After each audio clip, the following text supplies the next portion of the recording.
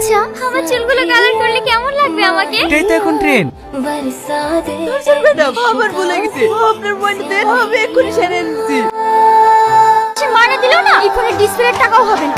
তোদের মতো ছোট লোক দিচ্ছে কেন এই রেস্টুরেন্টে রাখে? চলো শাহিন।